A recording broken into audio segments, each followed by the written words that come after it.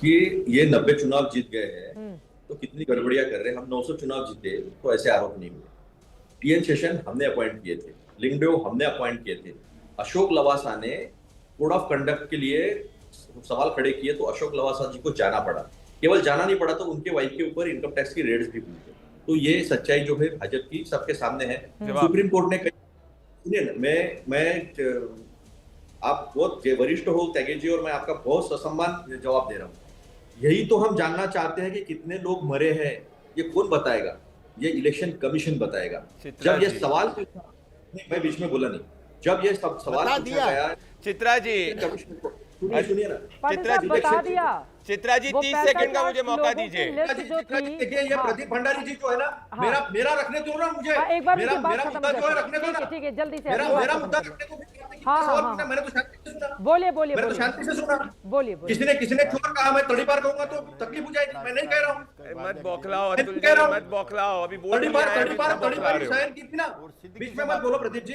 इसका मतलब ये होता है कि आप चोरी कर रहे हो, इसलिए बीच में बोल रहे हो। चोर मौसरे भाई हो, इसलिए चुनाव आयोग को बचाने को पकड़ रहा हूं मैं। टीएन शेषन को आपने कांग्रेस से टिकट दिया था चुनाव लड़ने के लिए, ये भी तो बोलो पूरा। आपने टीएन शेषन को बनाया, बिल्कुल कांग्रेस ने बनाया, और उसके बाद कांग्रेस के चुनाव के टिकट पे लड़े थे। बताओ ना, सही है कि नहीं है? एक बार अतुल जी की बात हो जाए, उसके बाद मैं बोल रहा हूँ, कॉमा क्यों लगा रहे हैं? फुल स्टॉप लगाए। एक बार अतुल जी की बात हो जाए, एक बार अतुल जी की बात हो जाए। अरे टीएन शेषन आपके कांग्रेस के टिकट पे लड़े थे कि नहीं लड़े थे? पांच लोगों के पांच पांच सवाल झुंड में लेना और अपने सहयोग के सवाल का जवाब देना और मेन सवालों को छोड़ देना, ये काम किया है। एक से बताता हूँ, 2003 में इसी तरह का, जब इसी तरह का नहीं है, वो तो कंप्यूटराइज था, तो कंप्यूटराइज में करेक्ट किया गया, ऐसा लोगों को तकलीफ नहीं दिया गया, क्योंकि चुनाव आयोग की जिम्मेदारी होती है वोटर बनाना। तो वो तब काम हुआ था। उस वक्त महाराष्ट्र और अरुणाचल प्रदेश में चुनाव थे 6 महीने के बाद। उन्होंने जो है वो उस वक्त महाराष्ट्र और अरुणाचल प्रदेश को छोड़ दिया था। इसका सवाल जो है, सवाल बिल्कुल दिया नहीं है। कितने वोटर जो है जोड़े गए, इसका सवाल, इन्होंने मृत का सवाल पूछ लिया। मैं पूछता हूं कितने वोटर जोड़े गए, उसका भी सवाल नहीं दिया गया। ये नहीं पूछा गया, चित्रा जी आपके बीच में, चित्रा त्रिपाठी के बीच में या अतुल लोंढे पाटिल के बीच में पिताजी का नाम FFSRT से ऐसा कुछ लिखा जाए, गुस्सा नहीं आएगा? एक तो गुस्सा आएगा, यानी ये चोरी है, पकड़ी गई है, ये सामने आया। मैं जवाब दे दूं उनको? ठीक है, लेकिन बार बार वो कह रहे हैं कि ऊपरी अदालतों से उसके बावजूद आप लोगों को राहत चित्रा जी, अभी इनका अब प्रदीप जी की बारी है।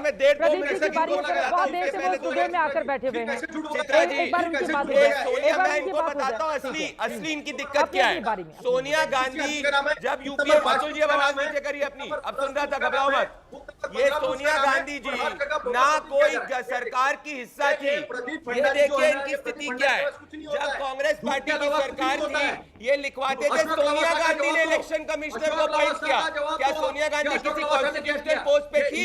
ये था इनका बताना कि कैसे इनके समय इलेक्शन क्लियर तय होते थे। अब राहुल गांधी की सच्चाई देखिए कि अतुल लोंढे पाटिल और राहुल गांधी दोनों फेक न्यूज फैक्ट्री के हिस्सा हैं जो बालक बुद्धि है। 3 फरवरी को राहुल गांधी कहते हैं महाराष्ट्र में 70 लाख वोट ऐड हुए, 7 फरवरी को कहते हैं 39 लाख वोट ऐड हुए, 17 फरवरी को कहते हैं 40 लाख वोट ऐड किए, और अब 17 अगस्त को कहते हैं 1 करोड़ वोट ऐड किए। जिस आदमी को 3 महीने में यही नहीं पता कितने वोट ऐड किए या डिलीट किए, वो क्या जनता की बात करेगा? इसीलिए जनता इनको सीरियसली नहीं लेती है। ओपन चैलेंज करता हूं चित्रा जी, एक भी कांग्रेस का बूथ लेवल एजेंट अभी तक ऑफिशियल कंप्लेन नहीं की है, और 65 लाख नाम कोई मृतक नहीं है, डेड नहीं है, उनका नाम वोटर लिस्ट में नहीं है। उसमें से कितने डेड है? वो अराउंड 20 लाख है, जिसके लिए चुनाव आयोग ने कहा है कि छुट्टी अगर है तो बताओ, सही करो। ये गए अतुल लोंढे पाटिल गए चुनाव आयोग के बीच में, नहीं गए। आवाज तो बहुत साफ जाएगी, आपकी आवाज साफ नहीं आ पाएगी। आप हमारे साथ स्काइप पर हैं, ठीक है, दोनों लोग बोलेंगे समझ में नहीं आएगा। उनकी आवाज तो साफ चली जाएगी, आपकी आवाज में दिक्कत आ जाएगी। जल्दी से अपनी बात पूरी करने वो।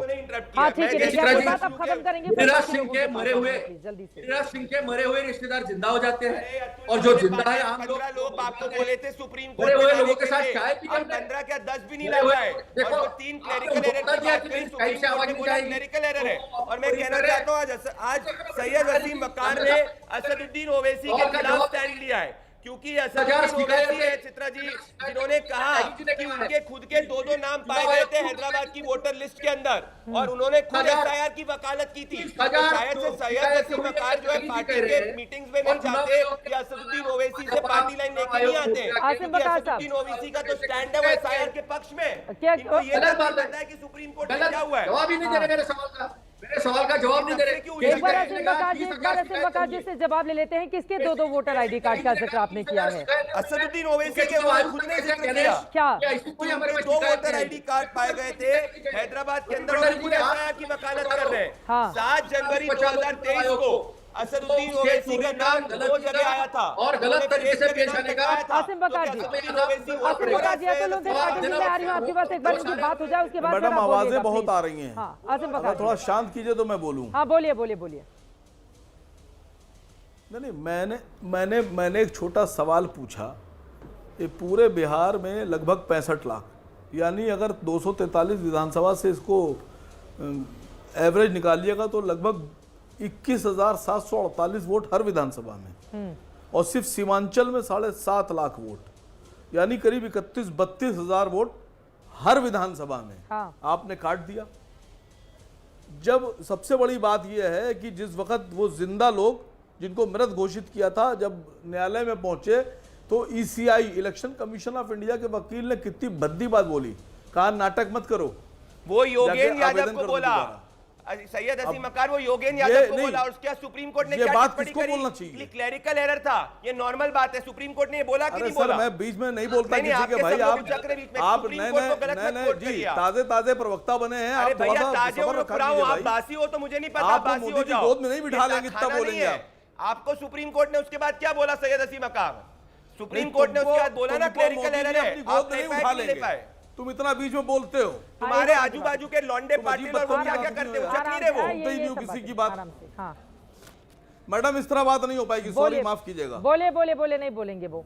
आप प्रवक्ताओं को बुलाया कीजिए जी, ये प्रवक्ताओं, ये दरबानों को मत बुलाया कीजिए। नहीं चित्रा जी, ये ऐसे ये टायर पंचर की बात बुलाया करिए, जो टायर पंचर करते हैं और पता ही नहीं असदुद्दीन ओवैसी क्या बोलते हैं। नहीं, मेन में वो कह रहे हैं असदुद्दीन ओवैसी खुद ही एसआईआर की वकालत कर रहे थे, तो अचानक से ऐसा क्या हो गया कि आप लोग उसकी मुखालफत करने लगे? असीम बकार जी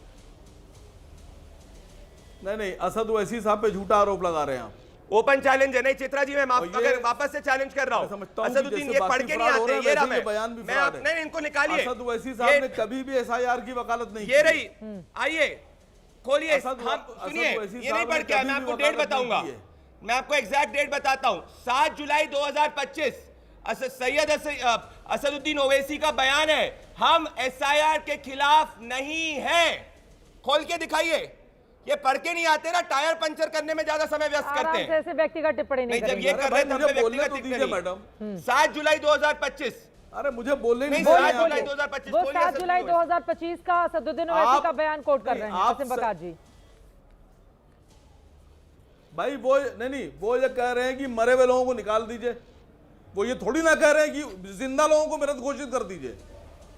एसआईआर के खिलाफ आप बैठ कर देश के साथ फ्रॉड कर रहे हैं, झूठ बोल रहे हैं भाई आप। नहीं, मैं भी कह रहा हूं करिए, लेकिन जिंदा लोगों को मृत घोषित क्यों कर रहे हैं? और जिसने जिंदा लोगों को मृत घोषित किया है उसको मृत घोषित करके उसकी पेंशन रोकी जाए, उसको नौकरी से निकाला जाए। बात जिसने अपने कलम से जिंदा आदमी को मृत घोषित किया। ठीक है, आखिरी